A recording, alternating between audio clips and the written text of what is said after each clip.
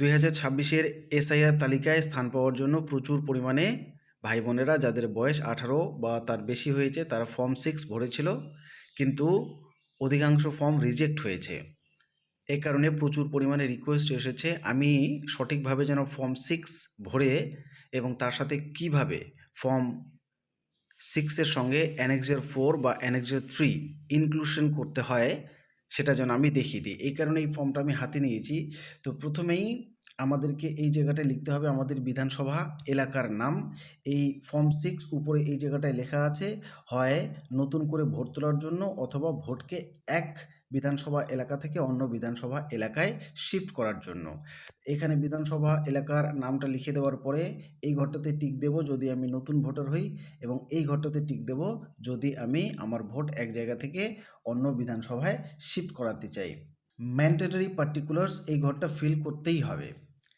এখানে লিখতে হবে নাম, এখানে লিখতে হবে পদবি, সারনেম যদি থাকে, ইফ এনি বলেছে, বেশিরভাগই রয়েছে, আমরা এখানে লিখব। এখানে আমরা ফটো সেটে দেব একটা পাসপোর্ট সাইজ ফটো, যার ব্যাকগ্রাউন্ডটা হবে হালকা নীল অথবা সাদা। এরপরে এই ঘরটাতে আমরা লিখে দেব আমাদের রিলেটিভের নাম এবং এখানে সেই রিলেশনটা ঠিক করে দেব, অর্থাৎ যার নাম লিখলাম সে আমাদের বাবা, মা, হাজব্যান্ড, ওয়াইফ নাকি অন্য কেউ, এটা ঠিক করে দেব।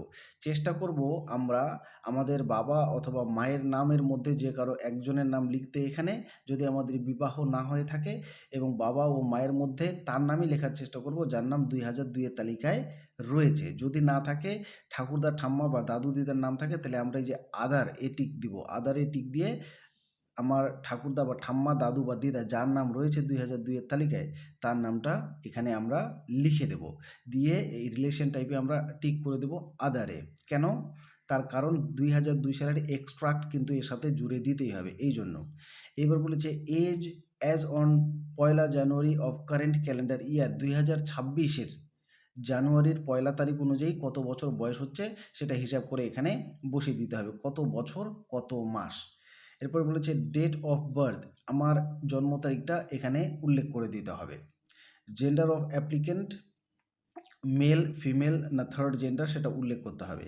কারেন্ট অ্যাড্রেসটা আমার দিতে হবে এখানে উল্লেখ করে, এখানে বাড়ির নম্বরটা উল্লেখ করব, এখানে আমার এরিয়ার নাম লিখে দেব, এখানে হচ্ছে আমার গ্রামের নাম বা ওয়ার্ডের নাম লিখে দেব, এখানে পোস্ট অফিসের নাম, এখানে ডিস্ট্রিক্ট, এখানে ওয়েস্ট বেঙ্গল, এখানে আমাদের পিনকোড, এটা হচ্ছে আমাদের ফুল অ্যাড্রেস, এটা উল্লেখ করে দেব।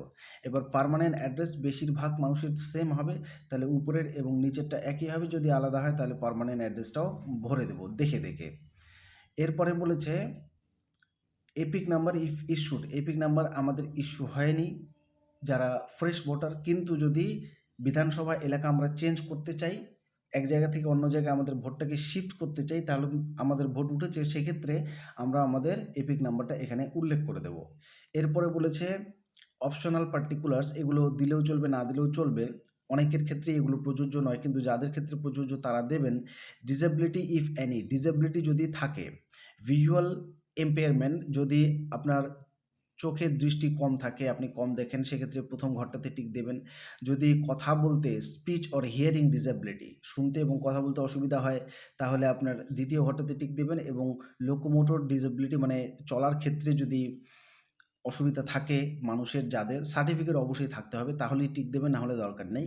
তাহলে তৃতীয় ঘরটাতে, এবং অন্যান্য যদি আপনার থাকে সেক্ষেত্রে আদারের ঘরটাতেও আপনারা লিখে দিতে পারেন। ইমেল আইডি এখানে অপশনাল বলেছে, আপনি দিতেও পারেন নাও দিতে পারেন। আমি তো বলবো যদি আপনাদের পার্মানেন্ট ইমেল আইডি ইউজ না করে থাকেন তাহলে দেওয়ার দরকার নেই, কারণ পরবর্তীতে আবার চেঞ্জ করার দরকার পড়লে অনেক ঝামেলা। তার চাইতে বরং যে মোবাইল নাম্বার রয়েছে এটাও অপশনাল যদিও, কিন্তু এটা আপনারা দিয়ে দিন, কারণ এটা মোটামুটি মানুষ ব্যবহার করে।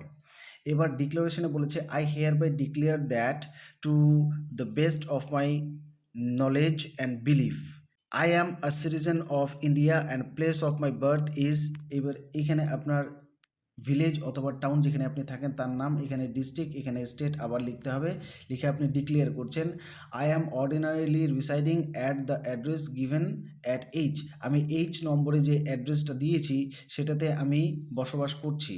এটা আমি আপনাদেরকে দেখিয়ে দিচ্ছি, এই যে এইচ, এই যে এইচ, এখানে যে অ্যাড্রেসটা দিয়েছি এটাই ঘোষণা করছি যে এই অ্যাড্রেসে আমি বর্তমান বসবাস করছি সিন্স, এখানে ডেট, মান্থ, ইয়ার উল্লেখ করে দিতে হবে। জন্মের যে সাল আপনার রয়েছে, জন্মের তারিখ, সেটাই এখানে সাধারণত হবে আপনি এখানকার হলে। এবং আপনি যদি অন্য জায়গায় থেকে থাকেন, পরে এখানে আসেন, তাহলে কবে থেকে আছেন এখানে সেই তারিখটা সালসহ উল্লেখ করে দিতে হবে। I have not applied for the inclusion of my name in the electoral roll for any other constituency. আমি অন্য কোনো বিধানসভা এলাকাতে আমার নামকে ভোটের তালিকাভুক্ত করিনি। My name has not already been included in the electoral roll for this or any other assembly parliamentary constituency. আমার নাম এখানে বা অন্য কোনো পার্লামেন্টারি কনস্টিটিউয়েন্সিতে নথিভুক্ত নেই ভোটার হিসেবে। অথবা এই যে দেখতে পাচ্ছেন অথবা আমি এটাও ডিক্লেয়ার করতে পারি, দেখুন এটা ভালো করে, my name may have been included in the electoral role for dash constituency in dash state. অর্থাৎ এখানে বলছে আমার নাম অমুক জায়গার অমুক রাজ্যের অমুক কনস্টিটিউয়েন্সিতে নথিভুক্ত থেকেও থাকতে পারে। কেন?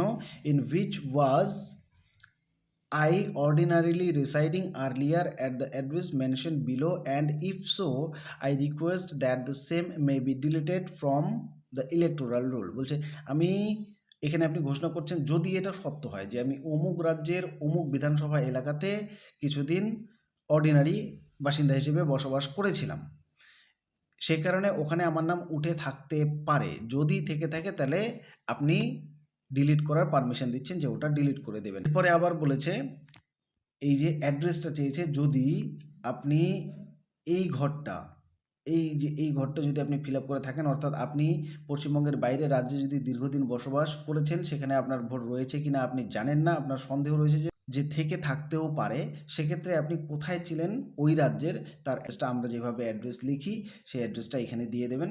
এবার নিচের এখানে ডিক্লারেশনটাতে বলছে 43 অফ 1950 এর অ্যাক্ট অনুযায়ী আপনি যদি ফলস ডিক্লারেশন দিয়ে থাকেন তাহলে সেটা কিন্তু পানিশেবল, অর্থাৎ আপনার কিন্তু শাস্তি হতে পারে যদি আপনি ফলস ডিক্লারেশন দেন। এখানে তারপরে প্লেস এবং এখানে ডেটটা দিয়ে দেবেন, আপনার জায়গার নাম এবং যেদিন জমা করছেন ফর্ম সেই তারিখটা দিয়ে দেবেন। এখানে আপনি সুন্দর করে আপনার সইটা করে দেবেন। এবার আপনার কাজ শেষ। এবার এসেছে remarks of field level verifying officer, অর্থাৎ প্রথমে এই ঘরটাতে বিএলও আপনার ফর্মটাকে ভেরিফাই করে এখানে তার মন্তব্য লিখে দিয়ে ফরওয়ার্ড করে দেবে। কেচির চিহ্নটা থেকে নিচের জায়গাটা খুবই ইম্পর্টেন্ট, এটা দেখুন, intimation of decision taken to be filed by electoral registration officer of the constituency and to be posted to the applicant on the address as given by applicant. যে অ্যাড্রেসটা অ্যাপ্লিকেন্ট দিয়েছে সেই অ্যাপ্লিকেন্টের অ্যাড্রেসে ইআরও সাহেব এবার এই ডিটেলসটাকে সেন্ড করবে। এখানে আপনার অ্যাড্রেসটা দেখে দেখে উনি লিখে দেবে, এখানে আপনার একটা পোস্টাল সাইজ ফটোগ্রাফ লাগাবে। লাগানোর পর এবার এই জায়গাটা দেখুন খুবই important, has been accepted and the name of Shrimati আর কুমারী, এখানে আপনার নামটা লিখে দেবে এবং এইখানে আপনার সিরিয়াল নাম্বারটা লিখবে, এখানে আপনার পার্ট নাম্বারটা লিখবে, এখানে আপনার বিধানসভা এলাকার নামটা লিখবে যদি আপনার নামটা ইনক্লুশন হয়ে থাকে। অর্থাৎ উনি যদি আপনার সব কিছু ঠিকঠাক পান তাহলে এই জায়গায় আপনার নাম, এই জায়গায় আপনার সিরিয়াল নাম্বার, এই জায়গায় পার্ট নাম্বার, বিধানসভা এলাকার নামটা লিখলো মানে আপনার নাম ইলেকটোরাল রোলে উঠে গেল। কিন্তু যদি সব ঠিকঠাক না পায় তাহলে যে রিজেক্টেড ফর দ্য রিজন, এইখানে রিজেক্ট করে দিয়ে এখানে তার কারণটা উল্লেখ করে দেবে। দেওয়ার পর এখানে উনি সাইন করে দিয়ে এই কাগজটা দিয়ে দেবে সেন্ড করে তোমাকে, এবং অ্যাকনোলেজমেন্ট নাম্বারটাও এখানে উল্লেখ করে দেবে, এখানে ডেট উল্লেখ করে দেবে, এখানে নেম, সিগনেচার অফ ইআরও, এইআরও বা বিএলও, এইখানে ওনারা সিগনেচার করে একটা অ্যাকনোলেজমেন্ট রিসিপ্ট হিসেবে আপনাকে দিয়ে দেবে। তো এই ছিল সম্পূর্ণ ফর্ম 6 ফিল আপ। এর সঙ্গে অ্যানেক্সার 4 এবং অ্যানেক্সার 3 ফিল আপটাও আমরা দেখে নিচ্ছি। এটা হচ্ছে অ্যানেক্সার 4, যেটাকে আমাদের জুড়ে দিতে হয় ফর্ম 6-এর সঙ্গে যদি আমাদের বয়স 18 থেকে 20 এর মধ্যে হয়, এবং 18 থেকে 20 এর মধ্যে বয়স না থেকে সেটা যদি পেরিয়ে 21 প্লাস হয়ে যায় তাহলে অ্যানেক্সার 3 আমাদের ফর্ম 6-এর সঙ্গে ফিল আপ করতে হয়। সেটাও কী করে করতে হয় সেটাও আমি দেখাবো। এবার আমরা ফর্ম ফিল আপটা দেখে নিই। এখানে অ্যাপ্লিকেন্টের নাম লিখবে, এখানে মোবাইল নাম্বার, এখানে অ্যাড্রেসটা লিখে দেবে, এখানে father's or guardian name, father's guardians epic number উল্লেখ করতে হবে এই ঘরে। এখানে মায়ের নাম, এখানে মায়ের এপিক নাম্বার উল্লেখ করতে হবে। এখানে স্বামী অথবা স্ত্রী যদি বিবাহ হয়ে থাকে এখানে নাম লিখতে হবে এবং এখানে এপিক নাম্বারটা উল্লেখ করে দিতে হবে। এইবার বলেছে details of the elector in electoral role of the last SIR if applicable. যিনি অ্যাপ্লাই করছে ওনার নাম যদি 2002-এর এসআইআরে থাকে তাহলে এখানে ডিটেলসটা দিতে বলেছে। আর ডান পাশের ঘরটাতে এখানে বলেছে details of the relative whose name is given in the previous column in the last SIR. আপনার আত্মীয় স্বজনদের মধ্যে যিনি 2002-এর তালিকায় রয়েছে তার নাম এবং বাকি জিনিসগুলো এখানে ভরতে হবে। এখানে নাম, এখানে এপিক নাম্বার, এখানে রিলেটিভের নেমটা, এখানে রিলেশনশিপটা কি ওনার সঙ্গে সেটা দেখাতে হবে, ডিস্ট্রিক্ট কোন, স্টেট কোন এবং অ্যাসেম্বলি কনস্টিটিউয়েন্সি কোনটা সেখানে এটা উল্লেখ করতে হবে। এখানে এসি নাম্বারটা উল্লেখ করতে হবে, এখানে পার্ট নাম্বার, এখানে সিরিয়াল নাম্বার প্রথমটার ক্ষেত্রে, এবং প্রথমটা যদি অ্যাপ্লিকেবল না হয় অর্থাৎ আপনার নাম যদি 2002-এর তালিকায় না থাকে তাহলে যে আপনার যে আত্মীয় নাম রয়েছে সেটা কোন এসি, কোন পার্ট নম্বর, কোন সিরিয়াল নাম্বার সেটা এই পাশে উল্লেখ করতে হবে। এবার বলেছে I have not acquired the citizenship of any other country. আমি অন্য কোনো দেশের সিটিজেনশিপ গ্রহণ করিনি। I am applying for inclusion in electoral roll through Form 6 and my name is not included in any other assembly constituency, parliament constituency. অন্য কোনো assembly কনস্টিটিউয়েন্সিতে বা parliamentary কনস্টিটিউয়েন্সিতে আমার নাম নথিভুক্ত নেই। আমি ঘোষণা করছি, এই ঘরটাতে টিক দেব। এখানে উল্লেখ করা হয়েছে যে আমাদের যে ভারতের কনস্টিটিউশন রয়েছে সেখানে section 31 of representation of people act 1950 অনুযায়ী যদি আমরা মিথ্যা ভাষ্য দিয়ে থাকি অর্থাৎ কোনো তথ্য ভুল দিয়ে থাকি তাহলে সেটা পানিশেবল অপরাধ, আমাদের শাস্তি হবে, ফাইন হবে বা উভয়ই হতে পারে। এরপরে এখানে signature or left thumb impression of elector with date, এখানে সিগনেচার করে দেব, সিগনেচার না জানলে টিপসই করে দেব, ডেটটাও উল্লেখ করে দেব। এরপরে বিএলওর কাজ, বিএলও ভেরিফাই করবে আমার ফর্মটাকে এবং বিএলও সিগনেচার করবে। এখানে লেখাই আছে অর্থাৎ লাস্ট এসআইআর থেকে উনি ডিটেলসটা চেক করেছেন বলে এখানে সিগনেচার করবেন এবং এখানে ওনার ফোন নাম্বারটা উল্লেখ করে দেবেন। এই ছিল অ্যানেক্সার 4। অ্যানেক্সার 4 আমরা দেখে নিলাম। এরপরে যাদের জন্য অ্যানেক্সার 3 কম্পালসারি তাদের সেই অ্যানেক্সার 3টা কী এবং কীভাবে ফিল আপ করতে হবে সেটা আমরা দেখে নিই। এই রইল অ্যানেক্সার 3 ফর ফর্ম 6। ফর্ম 6-এর জন্য এই রইল অ্যানেক্সার 3 আমাদের। এটা আর কিছুই নয়, এটা একটা ডিক্লারেশন। এখানে ডিক্লারেশনটাতে বলেছে for an elector of 21+ age group seeking fresh registration for the first time. আপনার বয়স যদি 21 বছরের বেশি হয়ে থাকে, আপনি যদি প্রথমবারের জন্য ফর্ম 6 অ্যাপ্লাই করছেন মানে ভোট তোলার জন্য আবেদন করছেন, তাহলে আপনাকে এই অ্যানেক্সার 3 ফর্ম 6-এর সঙ্গে জুড়ে দিতে হবে। এখানে ফিল আপ করা খুব সিম্পল।